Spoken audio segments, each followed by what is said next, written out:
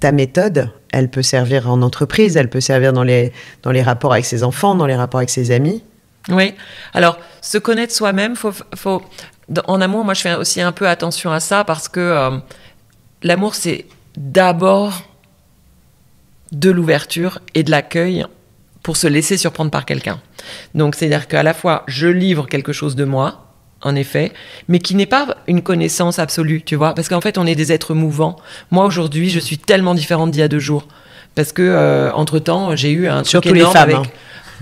Ouais, mais tu sais, voilà, un père, il est confronté aussi à une adolescence compliquée, à un enjeu professionnel qui l'a déstabilisé. Donc, le mot connaissance, il faut le prendre avec beaucoup de doigté parce que en amour, c'est vraiment livrer des choses qui sont assez pures de soi, mais qui sont pas débordantes, tu vois, pour l'autre.